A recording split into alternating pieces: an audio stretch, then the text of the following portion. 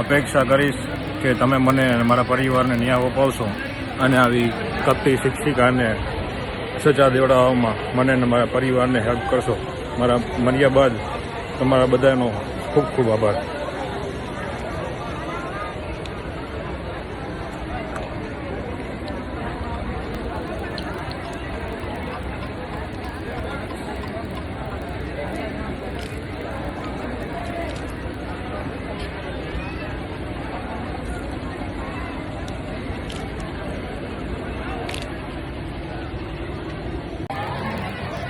આજે હું ધ્રુવલ દેસાઈ તમારી સમક્ષ આ વિડીયોના માધ્યમથી તમને જણાવવા માગું છું કે તારીખ 23/3/2026ના રોજ મારા પર એફઆઈઆર કરેલી, જેમાં મારા પર આરોપ હતો કે શિક્ષિકાને લગ્નની લાલચ આપીને દુષ્કર્મ આચર્યું. જેમાં શિક્ષિકા એ મારી પર આરોપ લગાડ્યો છે કે મેં એમને લગ્નની લાલચ આપીને દુષ્કર્મ આચર્યું છે. પણ હજી તો હું કોર્ટમાં કે કાનૂનમાં મારા આધાર પુરાવા અને બધું રજૂ કરીને દોષી સાબિત થાવ કે નિર્દોષ સાબિત થાવ એ પહેલાં તો એને બધા ન્યૂઝ ચેનલમાં અને સોશિયલ મીડિયાના માધ્યમથી મારા વિડીયોના ફોટા વાયરલ કરી દીધા અને મને સમગ્ર શહેરમાં અને જગતમાં મારા પરિવારજનો અને મારા મિત્રજનો બધા સામે મને દોષી સાબિત કરી દીધો. જેનું એમને હેડલાઇન આપી ન્યૂઝમાં કે શિક્ષિકાને લગ્નની લાલચ આપીને દુષ્કર્મ આચર્યું. પણ હકીકતમાં તો હું તમને એ કહેવા માંગીશ કે એની હેડલાઇન એવી હોવી જોઈએ કે 50 જગ્યાએ અવૈધ સંબંધો ધરાવતી ડિવોર્સી શિક્ષિકા જેને વિદ્યાર્થીને પૈસાની લાલચ માટે ફસાવ્યો. જેમાં મારી પર આરોપ લગાવ્યો છે કે લગ્નની લાલચ આપીને મેં એની જોડે દુષ્કર્મ આચર્યું ફેસબુકના માધ્યમથી સંપર્ક કરીને. તો ફેસબુકના માધ્યમથી મેં એમને સંપર્ક કર્યું, જેમાં રિક્વેસ્ટ મેં મોકલી તો એક્સેપ્ટ કરી. ત્યારે મેસેજ મેં મોકલ્યો તો મને એનો નંબર મોકલ્યો. જ્યારે વાત મેં ચાલુ કરી તો મળવાનું એને મને કહ્યું. તો જ્યારે મેં એમને બધી વાત કરી તો ત્યારે એમને સામે એટલો મને બધું રિસ્પોન્સ ધરાવ્યો. ત્યારે તેને શિક્ષિકા અને વિદ્યાર્થીના સંબંધ યાદ ના આવ્યો. ત્યારે એમને બીજું કાંઈ દેખાયું નહીં કે હું એનાથી નાનો છું કે ઉંમરમાં આટલો ફરક છે તો આપણે કાંઈ આગળ ના વધીએ કે બીજું કશું કાંઈ સંબંધ ના બાંધીએ. તેમ છતાં એને મારી જોડે વાત કરવાનું ચાલુ કર્યું અને વાત કરતાં કરતાં આગળની બધી ચર્ચાઓ કરી. અને એ ચર્ચા દરમિયાન એમને મારી પર એવા આરોપ લગાવ્યા છે કે પૈસા પડાવી અને સોનું ચોરીને મેં વેચી કાઢ્યું. એને જો અગર મેં એમનું પૈસા પડાવ્યા હોય અને સોનું વેચ્યું હોય તો એના કહેવા મુજબ મારી પાસે આધાર પુરાવા છે કે જેમાં એને મને કહ્યું છે કે 2 લાખ રૂપિયા કેશ અને 2 લાખ રૂપિયાનું સોનું વેચીને એ મને પૈસા આપશે, કેમ કે મારી આર્થિક પરિસ્થિતિ એટલી સારી ન હતી. પણ એમાં મને એને ચોખ્ખું એવું મેસેજમાં લખ્યું હતું કે આ પૈસા હું તમને મારી મરજીથી આપું છું અને મારે આ પૈસા પાછા જોતા નથી. અને એવું કહ્યું કે એવા બી આરોપ મારી પર લગાવ્યા છે કે મને 4 ધામની યાત્રા પર લઈ જતો અને મને થાઈલેન્ડ ફરવા લઈ જતો. તો હું કંઈ 4 ધામની યાત્રા પર લઈ જતો અને થાઈલેન્ડ ફરવા બી લઈ જતો તો મારે એના પૈસાનું શું જરૂર અને મારે એના બધા સોના ચાંદી વેચીને ચોરી કરીને વેચવાનો શું મતલબ હતો? મારી પાસે એટલા પૈસા હોય તો મારે એની પાસે પૈસા પડાવવાનો શું અર્થ અને શું જરૂર?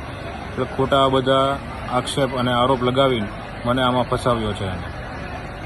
અને એમને એવું મારે પર આરોપ લગાવ્યો કે 1.5 વર્ષ સુધી શારીરિક સંબંધ બાંધ્યા, પણ કહેવા પ્રમાણે તો એનું શારીરિક શોષણ કર્યું છે એવા એમને મારી ઉપર દાવા લગાવ્યા છે.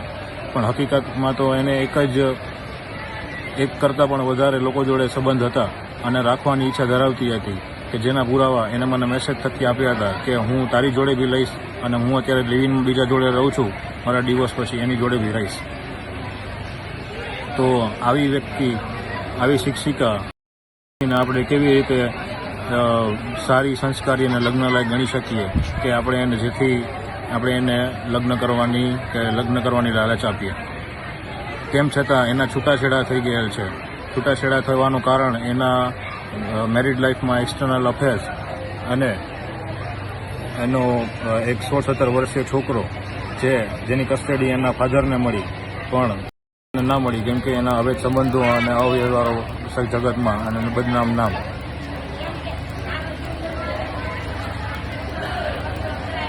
તો પછી જે સ્ત્રી એના હસબન્ડની કે એના બાળકની કે એના ઘર પરિવારની કે કોઈની નથી થઈ, એ કોઈની કઈ રીતે થવાની?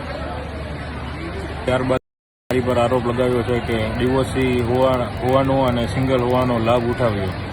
પણ હું ખાલી એટલું કહેવા માગીશ કે તાલી હાથે ના વાગે.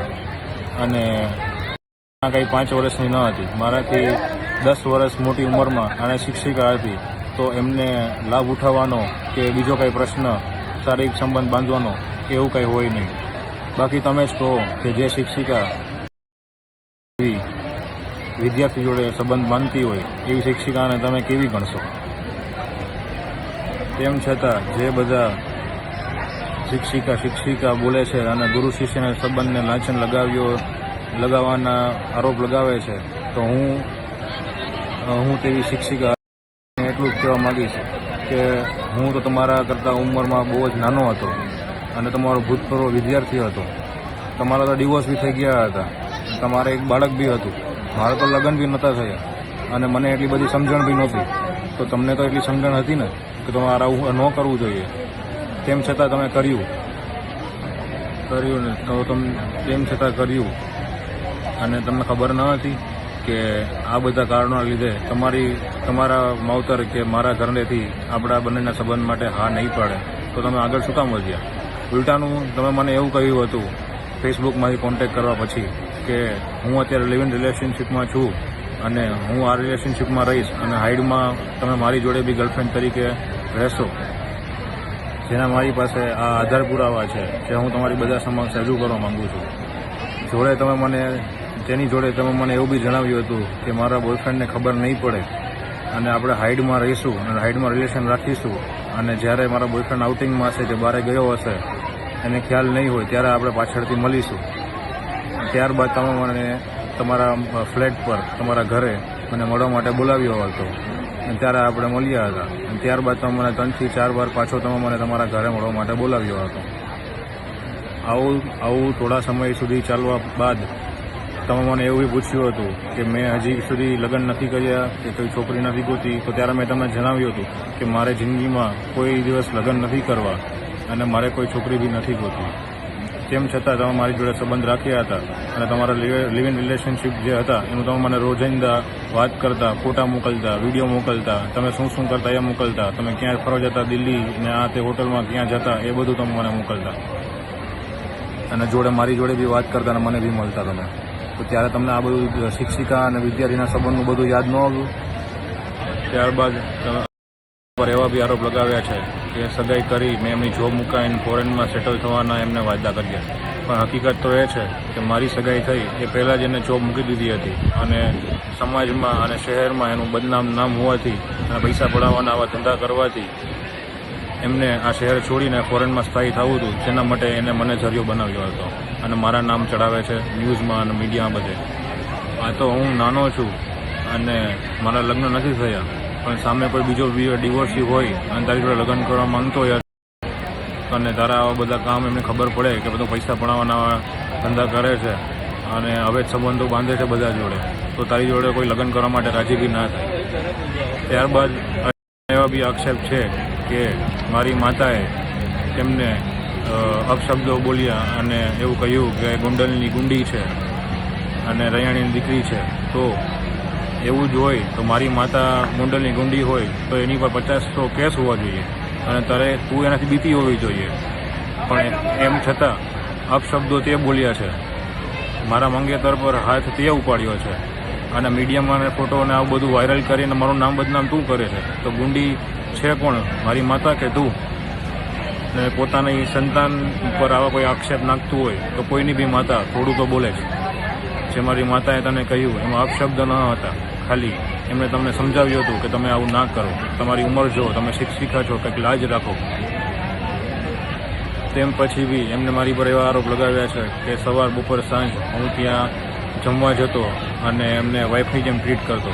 પણ હકીકત તો એ છે કે સવારે એ જો સ્કૂલમાં નોકરી કરતી, સવારે હોતી નહીં, બપોરે આવતી ત્યારે મારી પાસે ટિફિન મંગાવતી અને હું જમવાની કે એવી કંઈ ના પાડું તો મને કહેતી કે હું ત્યાં તમારી ઓફિસે આવું છું, તમે અને ઓફિસ આવીને ધમકી આપતી કે તમે નીચે આવો છો કે હું ઉપર આવું. તેમ કરીને મને ફસાવીને પરાણે જમાડતી અને પરાણે ઘરે બોલાવતી અને મારી જોડે મળતી, જેના બધા આધાર પુરાવા હું તમારી સમક્ષ રજૂ કરું છું. આ ફોટા ચેકમાં તમે જોઈ શકો છો. એટલે આ અર્ચના મારી ઉપર આ ખોટા દાવા અને મને બદનામ કરી મને ફસાવ્યો છે અને નિયમો અને કાનૂનોનો દુરુપયોગ કર્યો છે અને સમાચાર અને સોશિયલ મીડિયા થ્રુ બધાનો સહારો લઈને મને બહુ જ જલીલ કર્યો છે. ત્યારબાદ મને એવા બી દાવા કર્યા છે કે તેને 1.5 થી 2 મહિના સુધી પ્રેશર કરી મને એવું કહ્યું કે કાં તો મારી જોડે લગ્ન કર અને કાં તો મને બ્લોકમાંથી કાઢ અને સગાઈ તોડીને મારી જોડે રહે. પણ હકીકત તો એ છે એના વારંવાર પૈસાની માંગ કરીને મને દબાવતી હતી, જે મેં માંડ બારેથી પૈસા ભેગા કરીને હું એમને ધીમે ધીમે ચૂકવતો હતો. પણ એની ભૂખ દિવસે ને દિવસે વધતી જતી હતી એટલે મારાથી પૂછાય એમ ન હતું. પછી મેં એમને કહ્યું કે મારે હવે રિલેશન નથી રાખવા, તો ત્યારે મને ધમકી આપવા લાગી, જેથી મેં એમને બ્લોક કરી અને એની જોડે સંબંધ તોડ્યા. કેમ કે મને એ બહુ જ મેન્ટલી ઇમોશનલી પ્રેશર કરીને મારી પાસે પૈસા પડાવતી હતી. ત્યારબાદ મારા વારંવાર જવાબ ન દેતા એ મારા ધંધા પર અમૂલ પાર્લર પર આવીને ગેરવર્તન કર્યું અને મને જેમ તેમ બોલવા લાગી અને મને પૈસાની માંગ કરી. તો મારાથી ત્યારે મારા બેઇજ્જતીના આબરૂના લીધે મેં ત્યારે એમને કહ્યું કે હા ઠીક છે, તમને પૈસા હું પહોંચાડી દઈશ. જેનું મેં મારા માતાનું સોનું વેચીને એમને પૈસા પૂરા પાડ્યા અને ત્યારે એમને મને એમ કહ્યું હા હવે આપણે કશું નહીં. પણ એની વાત પર ટકી ના રહી અને એના પૈસાની વધતી માંગ અને જરૂરના કારણે મને એમને આ કાયદામાં બધી રીતે ફસાવ્યો અને ન્યૂઝમાં મને બદનામ કર્યો. એટલે આ કપટી શિક્ષિકા તેના ઘણા મિત્રો, ગુંડાઓ, બીજા બધા પોલિટિશિયનોની જોડે રહીને તેમની મીઠી નજર હેઠળ આવા પૈસા પડાવવાના ગોરખ ધંધા કરે છે. ટાઈમ જતાં જે મને સમજાયું મને કે આ તો નાના ઘરના ઇજ્જત ધરાવતા છોકરાઓને પોતાના પ્રેમ જાળમાં ફસાવીને પૈસા પડાવવાના ધંધા કરે છે. આવું કરવાનું કારણ મોંઘી ગાડીમાં ફરવું, મોંઘા કપડાં પહેરવા અને પોતાના મોજ શોખ પૂરા કરવા માટે ફસાવવાનું, બધા પાસે પૈસા પડાવવાનું કામ છે. ત્યારબાદ એમને વારંવાર મારી પાસે પૈસાની માંગ કરી અને મેં પૈસા ના આપતા એમને મને ધમકી આપી, બ્લેકમેલ કર્યો કે તું મને પૈસા નહીં આપે તો હું તારા પર બલાત્કાર અને રેપ જેવા કેસ કરીશ અને તને ફસાવી દઈશ. અને એવું કહ્યું કે તને ખબર નથી અત્યારે કાનૂન, કોર્ટ બધા સ્ત્રીઓના નિયમ છે અને બધા એનું જ વધારે માને છે, જેથી કરીને તારી જિંદગી હું બરબાદ કરી નાખીશ અને તારી ઇજ્જત ઉતારી નાખીશ અને તને ક્યાંયનું નહીં રાખું. જે એમને સાચું કરી બતાવ્યું. અને ત્યારબાદ બીજા જ દિવસે મારી પૈસા ના આપતા એમને મારી પર એફઆઈ કરી દીધી. જે અરજીના બાબતે હું છેલ્લા 2 મહિનાથી પોલીસને મારા આધાર પુરાવા અને મારા બધા નિવેદનો કાંઈ બી ન આપ્યું હું રજૂ ના કરું અને દોષી સાબિત થાઉં તે પહેલાં જ મને એને બધે દોષી સાબિત કરી દીધો. હજી તો હું પોલીસને મારી 2 ગુનાઓનું સબૂત આપું અને મારા આધાર પુરાવા હું આપું તે પહેલાં જ એમને મારું નિવેદન બી ના લીધું, મારો એવિડન્સ બી ના લીધા અને મારી પાસે કંઈ બી મારી વાત માન્યા વગર એફઆઈઆર કરી દીધી.